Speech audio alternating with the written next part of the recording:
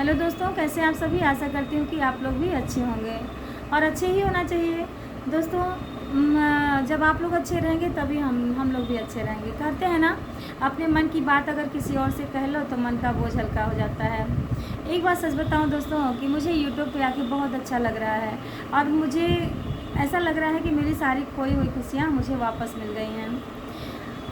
और जैसे ये लगता है ना कि अब मुझे किसी बात के लिए, फालतू बातों के लिए टाइम ही नहीं मिलता और फिर मैं अपने आप में ही व्यस्त रहती हूँ। इसीलिए मेरे घर वाले, मेरी सासू माँ जैसे मुझसे नाराज़ रहती हैं कि ये तो किसी और के लिए टाइम ही नहीं दे पाती है, ये इतना व्यस्त रहती है कि इसके पास टाइम ही नहीं रहता है।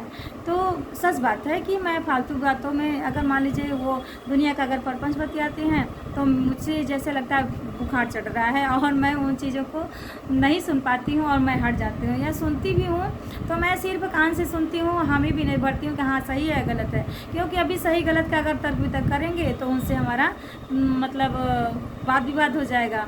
तो ये चीज़ें, हम इन चीज़ों से दूर रहते हैं और अपने काम में मस्त रहते हैं और व्यस्त रहते हैं।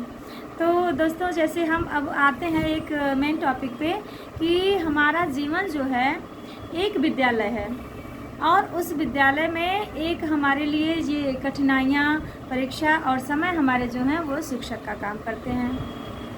मनुष्य का जीवन जो है बहुत सी कठिनाइयों से भरा हुआ है और क्योंकि जब वो धरती पे आता है तभी उसके साथ कठिनाइयाँ ही उनके, कहते हैं ना कि हर अच्छाई के साथ बुराई जुड़ी रहती है, हर कठिनाई के साथ उसकी मतलब सरलता भी जुड़ी होती है।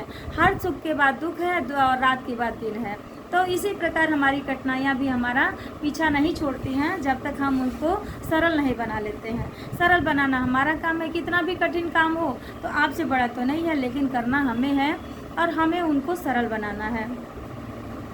दोस्तों, जैसे छोटा बच्चा होता है कि अगर वो अभी मान लीजिए जैसे बकैया चला, फिर वो 6 महीने 8 महीने के बाद वो चलना, खड़ा होना सीखता है। तो खड़े होने के लिए उसको ऐसा लगता है कि अभी मैं ऐसे खड़े रहूँगा तो मैं गिर जाऊँगा, तो उसे उस काम के लिए उसको बहुत कठिन लगता है और वो सोचता है कि मैं ये चीज़ें नहीं कर पाऊँगा। तो वो किसी के सहारे, मान लीजिए चारपाई है, बेड है, चेयर है, तो किसी के सहारे वो खड़ा हो जाता है और धीरे धीरे एक्सपीरियंस जब हो जाता है तो वो चलने लगता है।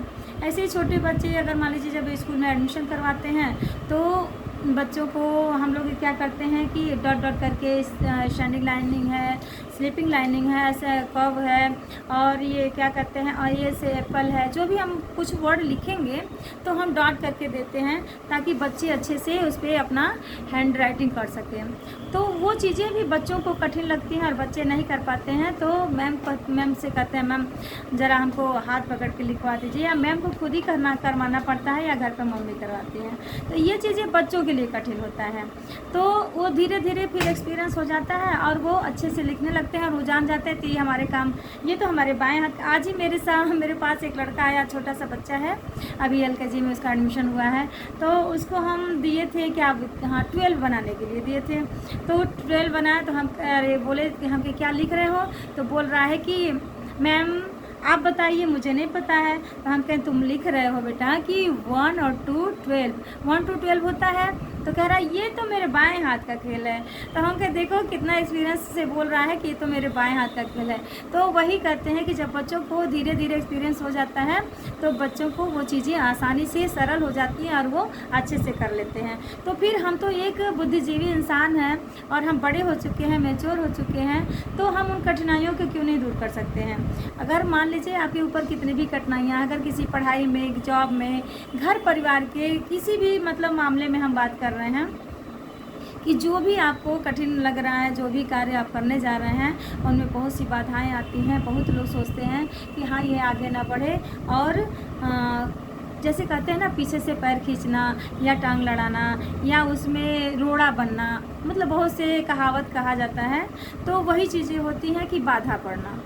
तो अगर मान लीजिए आपके काम में कोई बाधा आती है तो उससे दूर करना आपका काम है। अगर वो आप अच्छे ढंग से उस बाधा को दूर करके और अपने मेहनत से उस कार्य को करते हैं तो आपके समय का भी बचत होगा और आपका काम भी आसानी से हो जाएगा और आप अपने सफलता को भी प्राप्त कर लेंगे।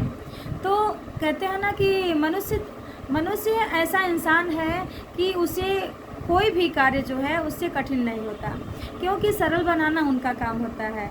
और भगवान तो एक कहते हैं ना 84 लाख योनि के बाद एक मनुष्य का जन्म देते हैं, ताकि वो मनुष्य एक बुद्धिजीवी इंसान है, क्यों ना पशु पक्षी को ऐसा बुद्धि दिमाग दिए कि पशु पक्षी भी ऐसा करें। तो फिर हम तो 2 हाथ पैरों वाले इंसान हैं, तो फिर हमारे लिए कोई काम कठिन कैसे हो सकता है।